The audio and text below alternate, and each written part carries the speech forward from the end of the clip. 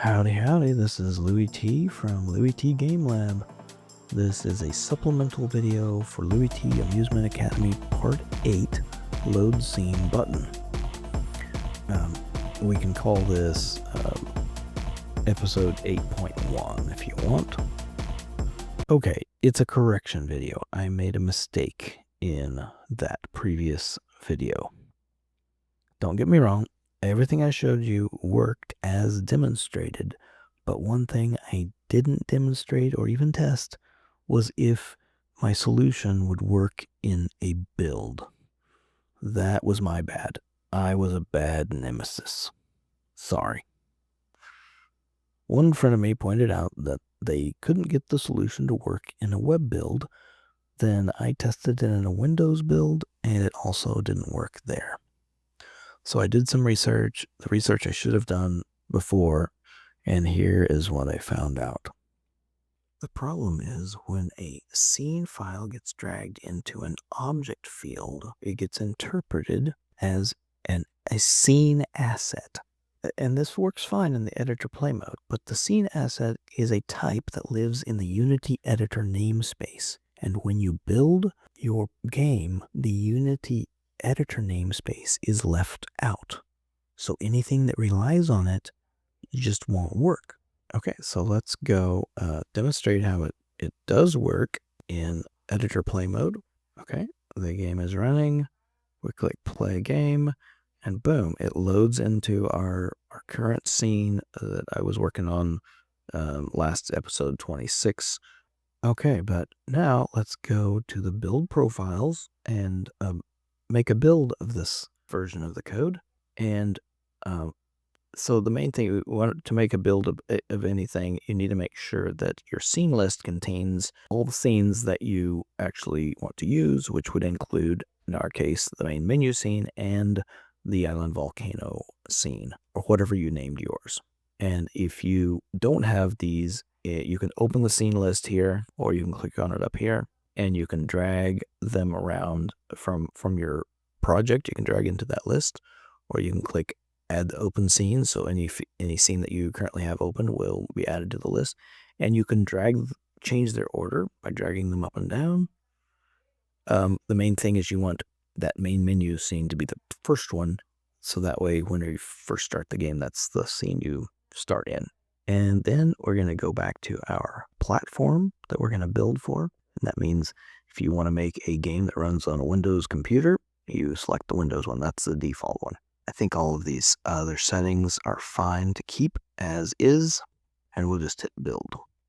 Now, one thing we have to do is we have to select where we want to build it. I have in my folder, I have a build subfolder, so I'm just going to select that folder. And if you made any changes to your scene, you have to save before it builds. And then here we go, we're building. And this can take a while, so I won't make you watch the video while I build it. Okay, and here's something that can happen. Sometimes you get errors when you try to build, even though it runs fine in the Unity editor. Some of these errors are transient, however, and if you attempt to build again, it may work. The real test is whether or not it completes successfully, and then if it runs, the game runs and works correctly after it builds. Okay, haha. So what I just said is true, but in this particular case, the error we saw was a real error. And this is another example of something that works in the editor, but not in build, and it is specifically any reference to the Unity editor namespace. So right here, I'm using Unity editor.build. I don't even remember adding that in my code, but sometimes Visual Studio adds stuff for you when I don't know how it determines, because sometimes it's adding stuff that is not needed. So I'm just going to delete that line. You can tell when the coloration is a little bit darker that Visual Studio itself understands this is not being used. So I'm going to also remove this one. We'll go ahead and save that and try to build again. Okay, here is our built game. It opens the folder it's in. This is the folder I selected. The name of the file that you run is the original name of the project that you created when you first made your Unity project. I'm I first created this one as test2, and I've since renamed him, but it keeps that name in there even as a build hook. But I'm going to go ahead and run this. You can see it loads up. You can tell it's a build game when it does the Unity splash screen. So here's our main menu. It's got one button.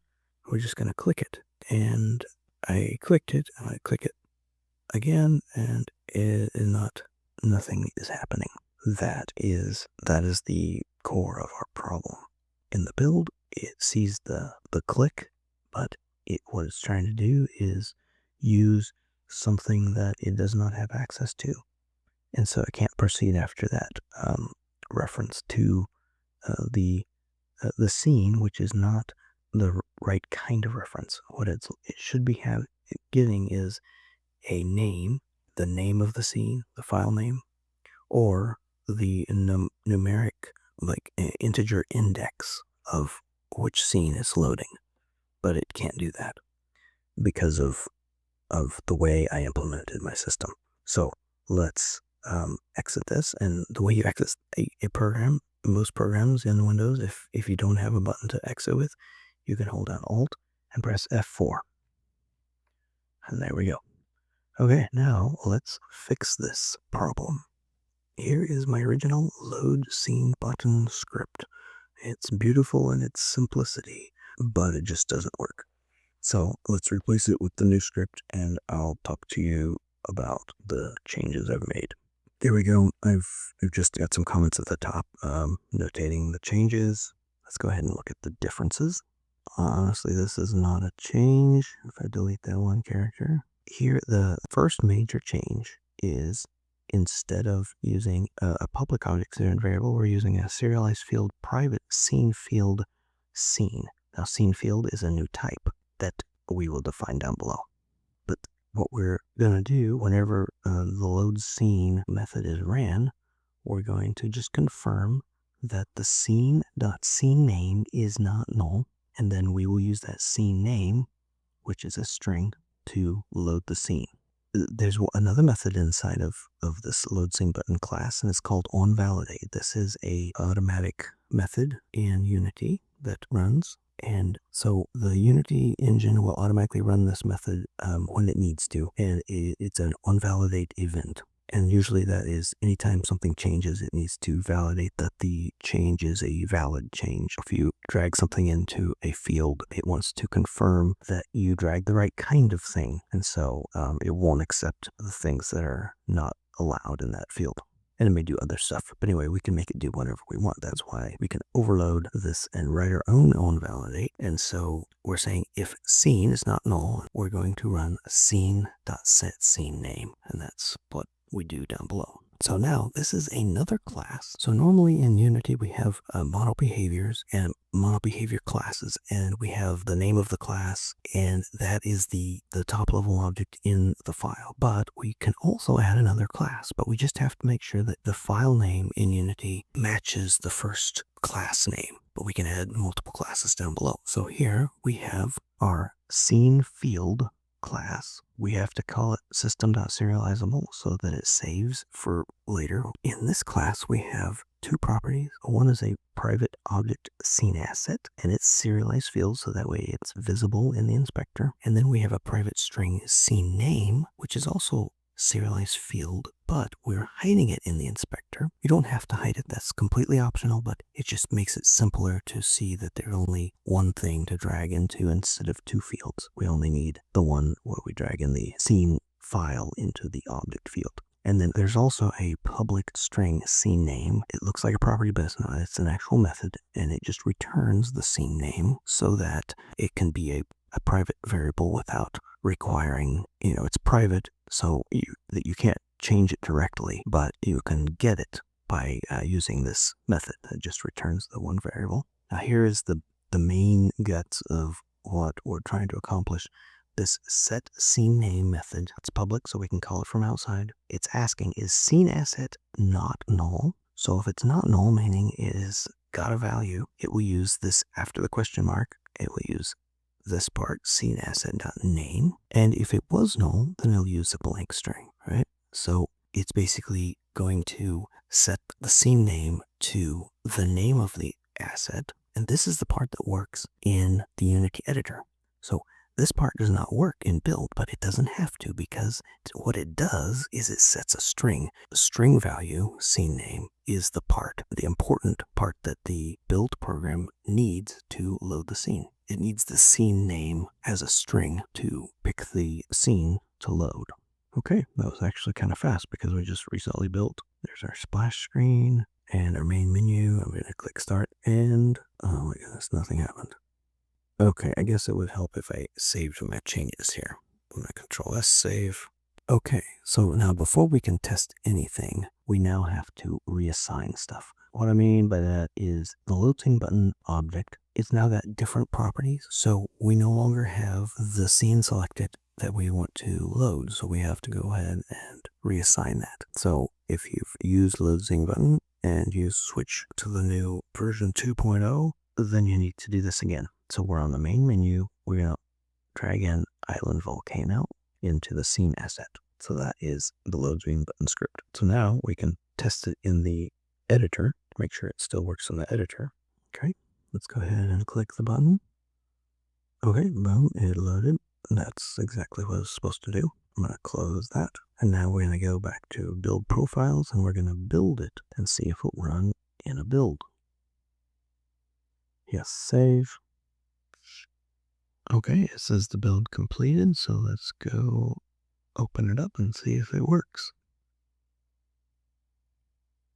Okay, here is the ultimate acid test of our new system. Make sure our new version works in a build. It does in the editor. So let's click the button and find out.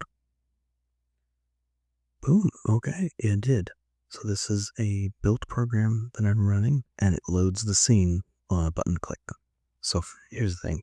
I don't have like a button to click to exit the program completely. So anytime you need to do that, in most Windows programs, is you just hold down Alt and press F4, and it closes the program.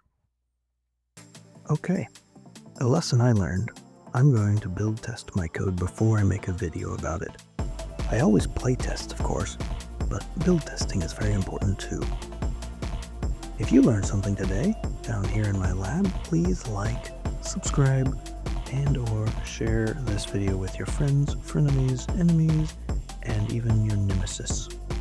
Next time, I'm back on track with part 27 of LewyT Amusement Academy.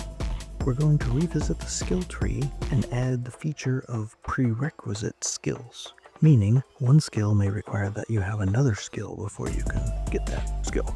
Okay, thank you for watching.